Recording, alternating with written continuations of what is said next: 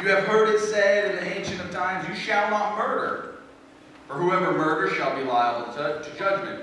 But I say to you, even if you are angry with a brother or sister, you will be liable to judgment. You have heard it said, you shall not commit adultery. But I say to you that everyone who looks at a woman with lust has already committed adultery with her in his heart. These statements, he does it over and over. You have heard it said. You have heard it said, an eye for an eye.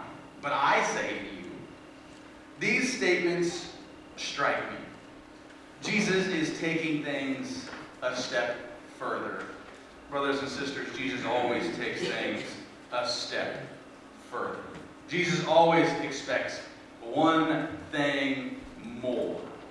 Jesus isn't simply happy with, you know what, the law's the law, you'll be fine.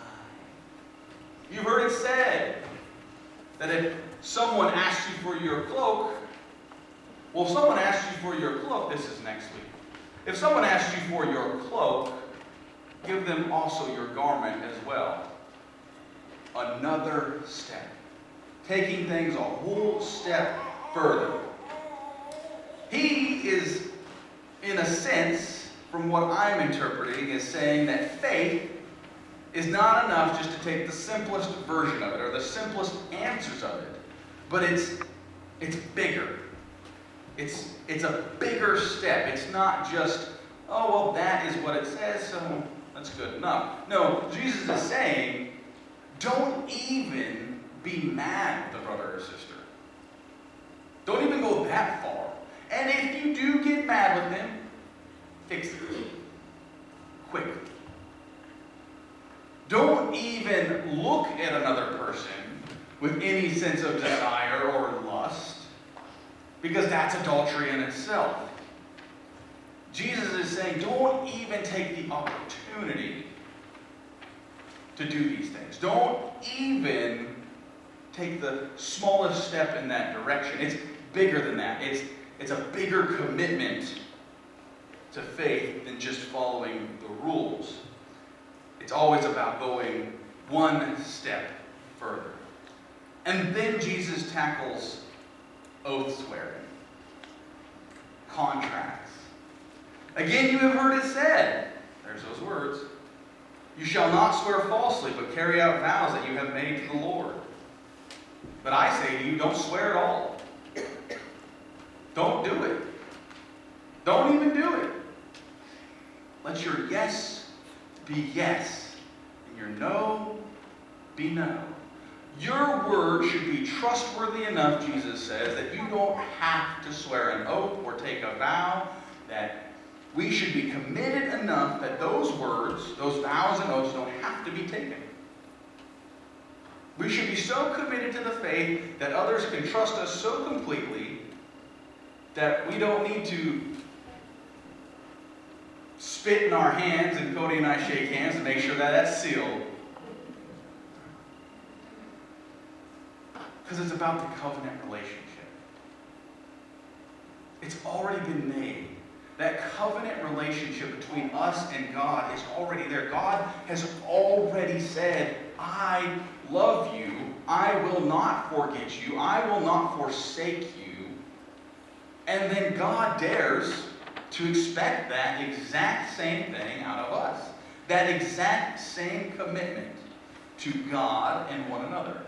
For us to be able to say, I love you, I will not forsake you, I will not forget you, and I will do whatever I can for you or for God. It's a commitment. It's a full-in commitment to what we're doing. Now, we as Presbyterians, we do like some vows. I've taken some vows several times. I took vows at my ordination that said I was committed to Jesus Christ. I was committed to uphold the Reformed faith, that is Presbyterianism. I was committed that the scriptures of the Old and New Testament were my guide, and that I would serve the community in which I am, or the church, the Church Universal, with energy, imagination, creativity, intelligence, that I would be a good colleague, How many elders do we have in here? How many deacons? Go ahead, raise your hands. We can have a little share that time. Look at that. All right, great. How many baptized people do we have in here? Oh, how many people have been in this church when someone was baptized? All right, you all took a vow. Every single one of you. Every single one of you took a vow for that child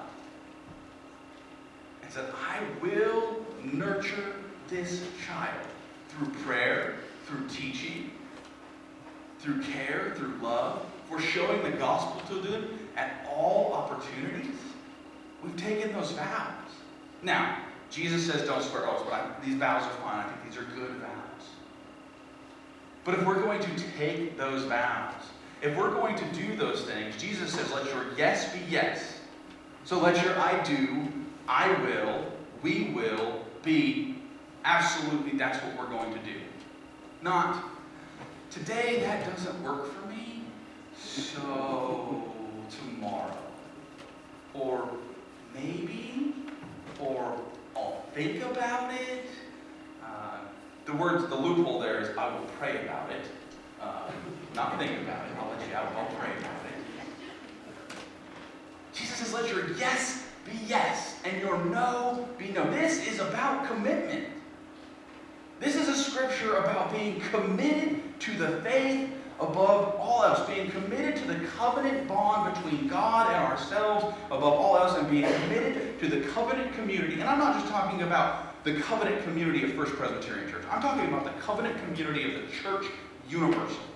I'm talking about the covenant community of all of us being created in the image of God and recognizing that. And that's what this is about. We are all in for the faith. And that's the most important thing. That's the crux of our life. It's the linchpin.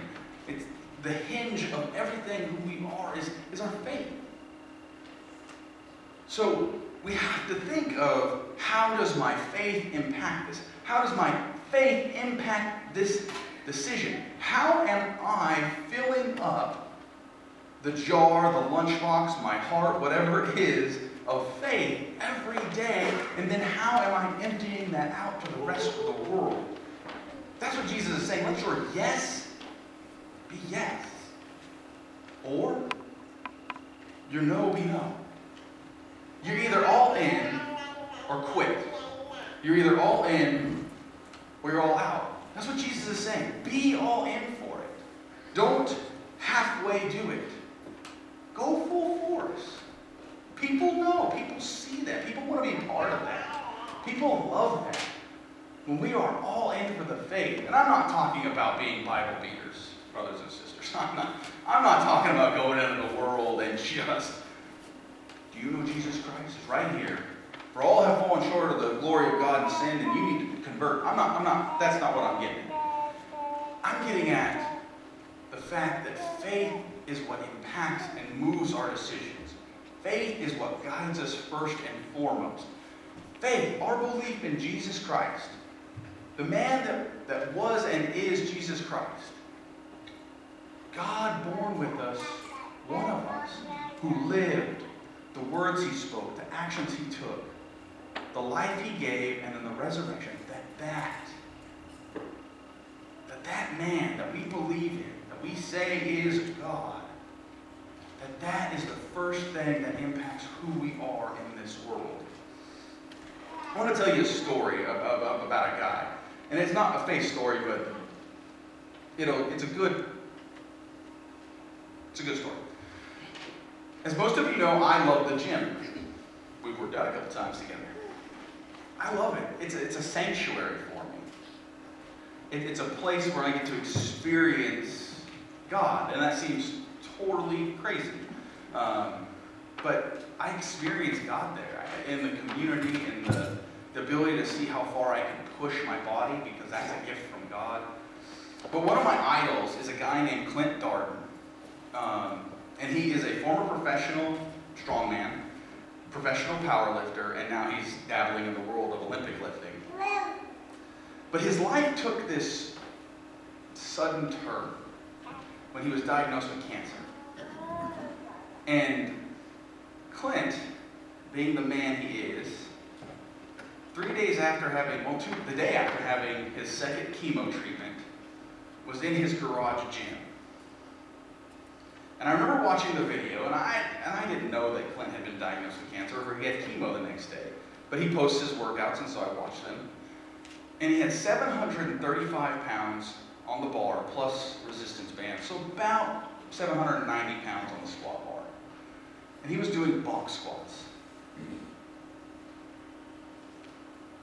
And he was banging them out like a champ. And he says it was the only time in his life he's ever feared anything. He wasn't afraid of the weight. He wasn't even afraid that he would miss that lift. He was afraid that his best lifts were behind him. And he knew in that moment, it didn't matter what was given him, he had to be all in for it. He had to be completely and utterly all in for that, despite chemo, despite whatever it was trying to shut his body down. About 800-pound squat that day, the day after chemo. Clint is an example of being all in, absurdly dedicated to something, absurdly driven by something. I take that and I want to implement that kind of drivenness to my faith. That it doesn't matter what lands in my lap, whatever it is, my faith is 100% all the time go. That I'm all in for it. And that to be all in for something takes an exuberant amount of trust. I can't even explain to you what that means. To be so committed to something means you have to really trust. Clint talks about in a video, a motivational speech that he's giving at Elite FTS in Ohio. He says to these guys, he said, some of you are going to go home. It was a weekend training conference. He said, some of you are going to go home and that's the worst decision you're ever going to make in your entire life. How many of you are so committed to move here? To move to Columbus, Ohio, and to work out here every day, to get a new job, to train with these people that you have come to meet. How many of you are so committed to doing that, he says? Because you're all in. You're not. What if that was our faith? How many of us are so committed to doing our faith that we follow along? That takes an exuberant amount of trust. To let our yes be absolutely yes. That takes trust beyond trust. Some of you have played poker. Some of you have seen poker played. So you have your 2 cards down and you say, I'm all in. Push all those chips into the middle of the table. That takes trust and hope. Because you never know what's going to be the next 3 cards flop, but you got 2 really good ones. You have really strong faith. We don't know what the flop is going to bring us, but it takes trust and a commitment and a hope to be all in. That's what Jesus is saying. He's saying, go all in. Let that yes be 100% yes. I am for this. I am about this. And so at work, be about it. At home with the kids, be about it. At the basketball games, the football games, the wrestling meets, be about it. The dance competitions, be about it. Doing music, be about it. That's what we're about. The world is expecting to see us go, maybe. But Jesus is expecting us to say yes. I am about this. I am about the gospel, the good news, the hope, the grace, the new life that brings. And so when we go into the world, whether it's work, whether it's play, that's what we're about. That's who we are. And what it comes down to is that when we are in the world and people see us and our yes is yes for faith, people see Jesus Christ above all else. They don't see Melissa Gross anymore. They see Jesus Christ. They don't see Dan Jessop anymore. They see Jesus Christ. I don't see Louise Alljets anymore. They see Jesus Christ. That's what our yes is. I am so committed to this faith. I am so trusting, and I have so much hope that the world will see Jesus Christ above all else. My brothers and sisters, let your yes be yes. And if not,